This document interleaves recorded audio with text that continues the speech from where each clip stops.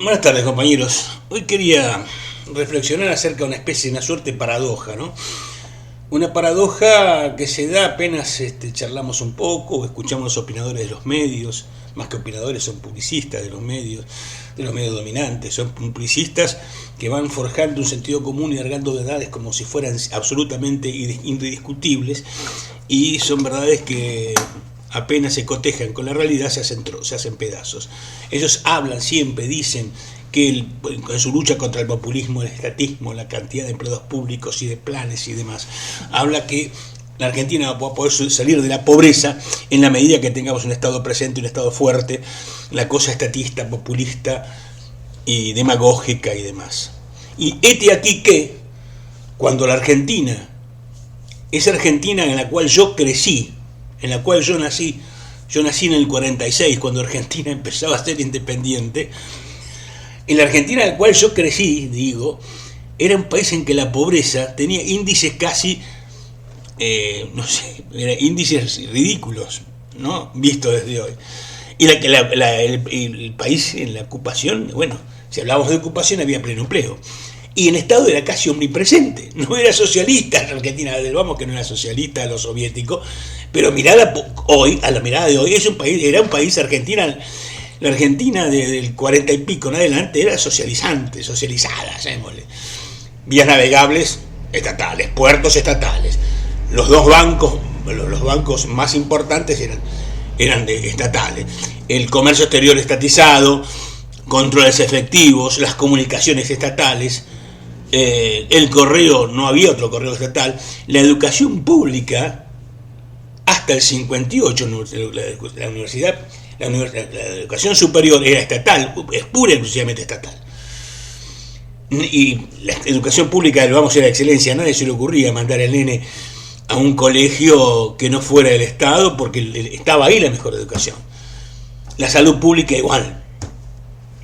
La salud pública desde el vamos, que está así, por supuesto, el médico privado que venía a tu casa, pero la salud pública, gracias al peronismo, se había extendido por todo el país, siendo una de calidad y de excelencia. Y así, de seguido, como decía un político que mejor olvidar. Donde vayamos, donde pensemos en cada vez que, ¿cuándo fue que empezó ni hablar? Perdón, que tengo que proceder. El dólar. El dólar no existía. ¿Quién ha visto un dólar un día? Dijo Perón. La economía bimonetaria no existía, teníamos una moneda que se devaluaba, sí, es cierto. Tenemos una moneda que se devaluaba, pero era una moneda y una referencia. ¿Y qué pasó? Que a medida, no sabemos lo que pasó, no vamos a hacer una gran historia política en este momento, pero lo cierto, el real, lo concreto, es que a medida que se fueron adoptando medidas liberales, que se fue debilitando el Estado, que se produjo la dictadura y que dio golpes muy fuertes, en el cual ese canalla infecto, que en vida se llamó Carlos Menem, redujo el Estado a la nada absoluta. Desde ese momento, digo, el retroceso fue brutal. Por donde se mire fue brutal. La desocupación empezó a crecer, la pobreza fue entrando al galope, la indigencia y la marginalidad aumentó hasta lo insoportable. Y hoy así estamos. Cuando Néstor retoma las riendas, quiere cambiar el rumbo, da pasos muy importantes. Tiene una vocación de cambio, una vocación de volver a pensar como país, y no solamente como país, sino que se plantea el tema de la patria grande. Eso lo recordamos. Y todos sus cañones están apuntados ahí. Sabemos también que Néstor no pensaba en cortito, pensaba en largo plazo. Bien, la vida con esas cosas nos lo quitó. A él y a otro grande como fue Hugo Chávez en Venezuela. Y sin creer que las grandes personalidades son las que cambian la historia, de vez en cuando la presencia de grandes personas evidentemente da un rumbo necesario, da un impulso indispensable. Son aquellos que sintetizan, que saben sintetizar y que conducen en un camino.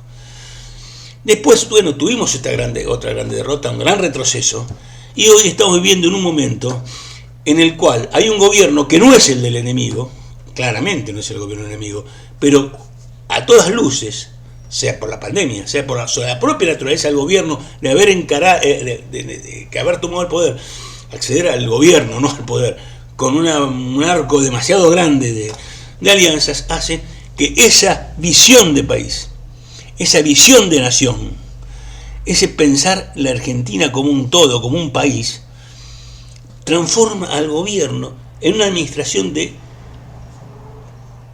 la pobreza, a una política de la resignación.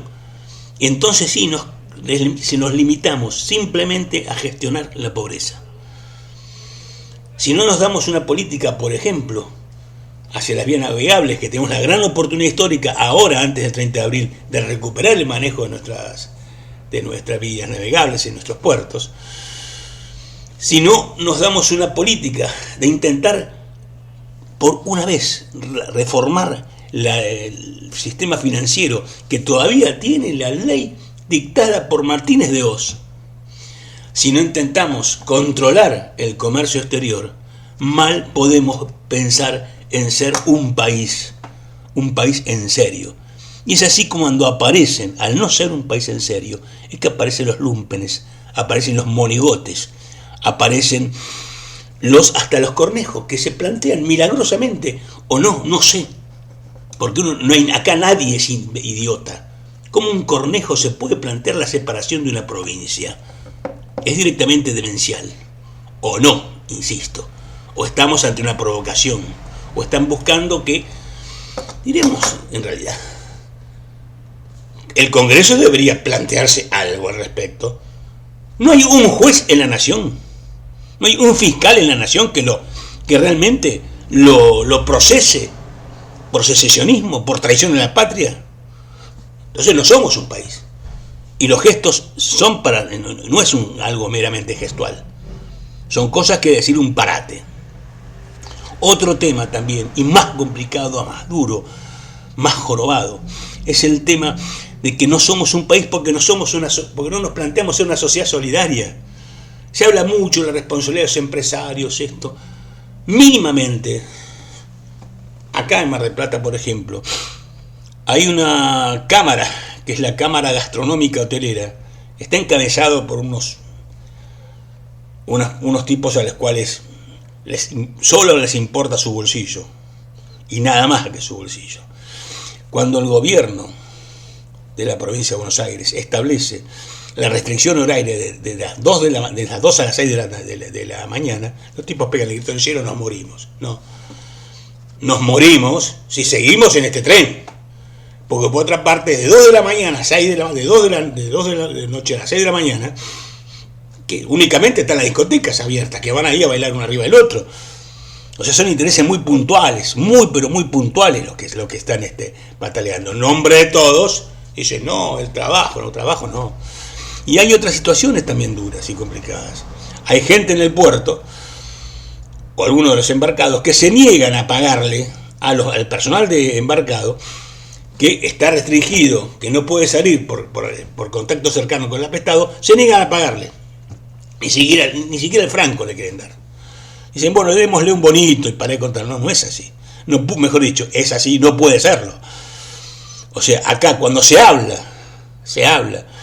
de solidaridad social, del empresariado, es un cuento chino. Nunca fueron solidarios con nada que no sea con sus intereses. Esto es las reglas. Puede haber algún empresario por ahí soltito que evidentemente no, pero lo tiene que demostrar. Es la presencia del Estado, conducido por un movimiento, por alguien que tenga vocación nacional, que tenga no sensibilidad social, que tenga un sentimiento social, un sentido de pertenencia al género humano, y desde el vamos un concepto de soberanía nacional absoluto y completo. Y siempre caemos, y lo dice este zurdito, a las viejas 3 banderas: independencia económica, justicia social, soberanía popular. Sin esas 3 banderas y sin una vocación nacional, estamos sin remedio. Por ahora, así no tenemos vuelta. es por lo menos, como decía aquel personaje peripatético, así lo veo yo. Que tenga buenas noches, compañeros.